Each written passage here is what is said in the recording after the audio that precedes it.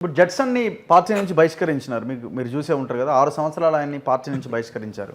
ఈ equation correct అని మీరు అనుకుంటున్నారా? వాళ్ళు అంటున్నది ఏంటంటే పార్టీలో ఉండి పార్టీలో ఉన్న నాయకుడి మీద క్వశ్చన్ చేస్తే పార్టీ పాలసీకి విరుద్ధం కదా, అందుకే మేము బహిష్కరించామని వాళ్ళు అంటున్నారు. ఏ పార్టీకైనా కొన్ని రూల్స్ అండ్ రెగ్యులేషన్స్ ఉంటాయి. ఏ పార్టీకైనా రూల్ అందరికి ఒకటే ఉంటుంది. కోమటిరెడ్డి వెంకటరెడ్డి రేవంత్ రెడ్డిని హోంగార్డు ఐపీఎస్ ఆఫీసర్ అనే గొడవ వచ్చినప్పుడు ఇద్దరు పరిమితికి మించి తిట్టుకున్నారు. అప్పుడు అధిష్టానం రేవంత్ కోమటిరెడ్డి వెంకటరెడ్డి, కోమటిరెడ్డి రాజగోపాల్ రెడ్డి తిట్టిండు రేవంత్ రెడ్డిని, కోమటిరెడ్డి వెంకటరెడ్డి తిట్టిండు. 50 కోట్లు ఇచ్చి పీసీసీ ప్రెసిడెంట్ తెచ్చుకోవడానికి పెద్ద ఆరోపణ చేసిండు. జగ్గారెడ్డి తిట్టిండు. రేవంత్ రెడ్డి గారు పీసీసీ ప్రెసిడెంట్ అయినాక చాలా మంది తిట్టారు. ఇప్పుడున్న మంత్రులు ఉన్నవాళ్ళు కూడా తిట్టారు. మరి ఇదే రూలు ఉత్తమ్ కుమార్ రెడ్డికి వర్తించాలి, ఇదే రూలు కోమటిరెడ్డి వెంకటరెడ్డికి వర్తించాలి, కోమటిరెడ్డి రాజగోపాల్ రెడ్డికి వర్తించాలి, జగ్గారెడ్డికి వర్తించాలి. మరి రెడ్లకు ఒక రూలు, దళితుడు డబ్బులు లేనోడు పాపం ఫిజికల్లీ హ్యాండిక్యాప్డ్ అని చెప్పి జడ్సన్కి ఒక రూలా. జడ్సన్ గారు ఒకవేళ అతిక్రమించి ఏమైనా మాట్లాడితే అది ఇంటర్నల్గా డిబేటు డిస్కషన్ డైలాగ్ ఉండాలి.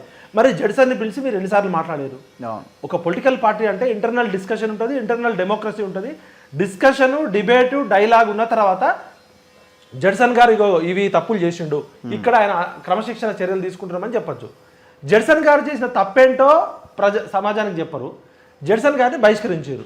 అది వాళ్ళ కాంగ్రెస్ పార్టీ అంతర్గత వ్యవహారం అనుకుంటే జడ్సన్ అనే వ్యక్తి కేవలం కాంగ్రెస్ పార్టీ నాయకుడిగా పనిచేయలే. మొత్తం ప్రశ్నించే గొంతులు అందరిలో ఆయన పాపం 34 ఏళ్ళు కాంగ్రెస్ పార్టీలో ఉంటూ రాజశేఖర రెడ్డి గారు క్యాబినెట్ ఉన్నప్పుడు ఆయన ఒక స్టేట్ లెవెల్ క్యాబినెట్ పోస్ట్ వికలాంగుల సంస్థ చైర్మన్గా చేసిండు. కాంగ్రెస్ పార్టీకి లాయలిస్ట్ ఆయన. రేవంత్ రెడ్డి జూనియర్, జడ్సన్ వీళ్ళందరికన్నా ఇప్పుడున్న మంత్రులు చాలామంది కన్నా సీనియర్.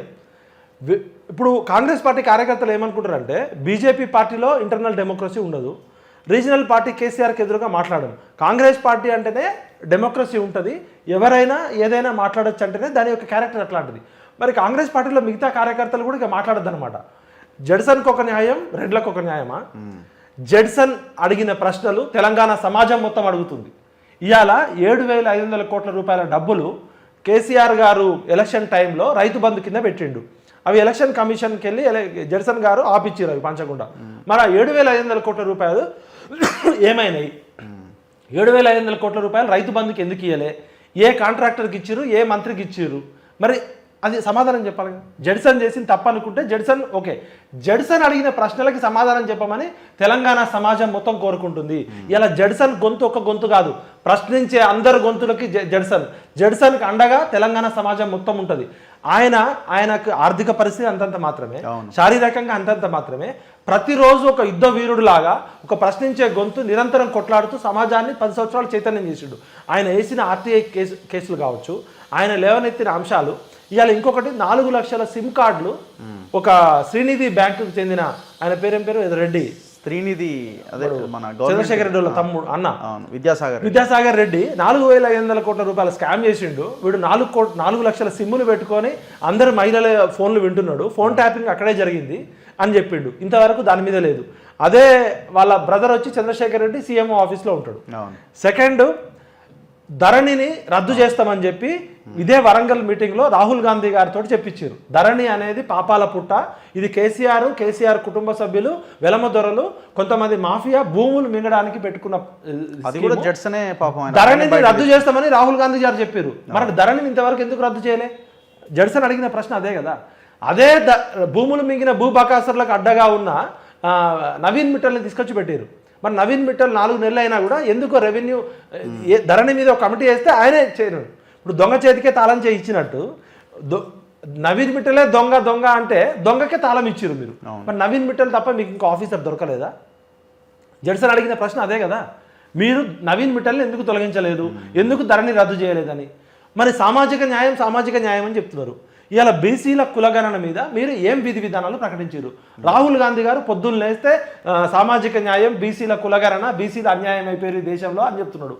మరి బీహార్ లాంటి రాష్ట్రంలో 42 రకాల సూత్రాలతోటి విధి విధానాలు ఉన్నాయి. ఇవాళ మీరు చేపట్టిన కులగణనకి విధి విధానాలు ఏంటి, ఎజెండా ఏంటి, టర్మ్స్ అండ్ కండిషన్స్ ఏంటి, గైడ్ లైన్స్ ఏంటి, ఇంతవరకు ఎందుకు ప్రకటించలే? అంటే మీకు చిత్తశుద్ధి లేదని అర్థమవుతుంది. ఈ విషయంలో మాత్రం తెలంగాణ సమాజం కానీ బీసీలు మాత్రం ఊరుకోరు. కాంగ్రెస్ పార్టీ తగిన మూల్యం చెల్లించుకోవాల్సి వస్తుంది. ఇవాళ వెలమ దొరలు, రెడ్డి దొరలు, కమ్మ దొరలు 3 కులాలు 3 కుటుంబాలు పాలన చేస్తున్నాయి. టీడీపీ అంటే కమ్మోళ్ళ పార్టీ, టీఆర్ఎస్ అంటే వెలమోళ్ళ పార్టీ, కాంగ్రెస్ అంటే రెడ్ల పార్టీ అని చెప్పి వెల్కమ్ రెడ్డి రాజ్యము అంటే 75 సంవత్సరాల స్వతంత్ర భారతావనిలో 3 కులాలు 3 కుటుంబాలే రాజ్యాలేరా? ఒక ఎన్టీఆర్ కుటుంబము, ఒక కేసీఆర్ కుటుంబము, ఒక వైఎస్ఆర్ కుటుంబం. పిచ్చిరెడ్డి పోతే లచ్చిరెడ్డి, లచ్చిరెడ్డి పోతే అచ్చిరెడ్డి కాంగ్రెస్ పార్టీ. టీఆర్ఎస్ అంటే ఆ రావు ఈ రావు, వీళ్ళు ఉన్నంత కాలం ప్రజలకు ఏమీ రావు. కేసీ రావు, కేకే రావు, కేటీ రావు, ఈ రావుల పాలనలో రాబంతుల పాలన అయింది. మరి ఇక అది పక్క రాష్ట్రం అని చూస్తున్నాం. ఇది కాదు కదా రాహుల్ గాంధీ చెప్పేది, ఇది కాదు కదా. మరి రాహుల్ గాంధీకి పార్టీ మీద కంట్రోల్ లేదా?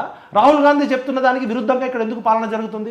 తెలంగాణ సమాజం రాహుల్ గాంధీ చెప్పిన దాన్ని నమ్మి ఇక్కడ సామాజిక న్యాయం ఉంటుంది, ఇక్కడ ఎస్సీ ఎస్టీ బీసీలు ఎంబీసీలు పేద ప్రజలకి భాగస్వామ్యం ఉంటుంది అనుకుంటే ఇక్కడ పూర్తిగా కాంగ్రెస్ పార్టీలో కులము డబ్బు. ఇప్పుడు ఒక అద్దంకి దయాకర్ని అకామిడేట్ చేయలేకపోతున్నాడు రేవంత్ రెడ్డి, అంతే కదా. ఇప్పుడు అద్దంకి దయాకర్ అనేటోడు తెలంగాణ ఉద్యమ చేయలేకపోతున్నాడా? తెలంగాణ ఉద్యమ నాయకుడు, ఒక మాలమహా నాడుకి జాతీయ అధ్యక్షుడు, ప్రశ్నించే గొంతుగా అన్నిటికన్నా ముందు యూత్ నుంచి తెలంగాణ సమాజంతో పేగుబంధం ఉన్నాడు. మరి అద్దంకి దయాకర్కి ఎందుకు కల్పించలేకపోతారు? వేరే పార్టీల నుంచి అర్హత లేనోళ్ళు, యోగ్యత లేనోళ్ళు, క్యారెక్టర్లెస్ ఫెలోలను తీసుకొచ్చి ఎంపీ టికెట్లు, ఎమ్మెల్యే టికెట్లు ఇస్తున్నారు. మీ పార్టీలో ఉన్న అద్దంకి దయాకర్ దళితుడు కాబట్టి ఆయనకి టికెట్ ఇయ్యరు. మీ పార్టీలో ఉన్న జడ్సన్ ప్రశ్నిస్తే బహిష్కరిస్తారు. ఇవాళ కాంగ్రెస్ పార్టీని తెలంగాణ సమాజం బహిష్కరిస్తుంది, గుర్తుపెట్టుకోండి. ఒక జడ్సన్ ఒక వ్యక్తి కాదు. జడ్సన్లో ఏమన్నా ప్లస్ మైనస్ ఉంటే అది వ్యక్తిగత విషయం. జడ్సన్ అడిగిన ప్రతి ప్రశ్న, జడ్సన్ చేసిన ప్రతి పోరాటం 3.5 కోట్ల ప్రజల గొంతుకగా వచ్చిండు. కాబట్టి జడ్సన్కి నైతికంగా మేమందరం మద్దతుగా ఉంటాం. కాంగ్రెస్ పార్టీ గినక ఇమీడియట్గా మీ పునరాలోచించుకోకపోతే ఈ ఎంపీ ఎలక్షన్లలో ఎక్కడెక్కడైతే కాంగ్రెస్ పార్టీ తెలంగాణ ఉద్యమంతో సంబంధం లేనో నిలబెట్టిందో, రంజిత్ రెడ్డి కానీ, దానం నాగేందర్ కానీ, ఇట్లాంటి వాళ్ళు పక్క పార్టీల నుంచి అరువు తెచ్చుకొని కోట్ల రూపాయలు తీసుకొని సీట్లు ఇచ్చారో అక్కడ ఖచ్చితంగా మేము మొన్నటిదాకా కాంగ్రెస్ గెలవాలని మేము సపోర్ట్ చేసినాం. ఇప్పుడు కాంగ్రెస్ పార్టీ ఓడాలని మేమే తిరుగుతాం, గుర్తుపెట్టుకోండి.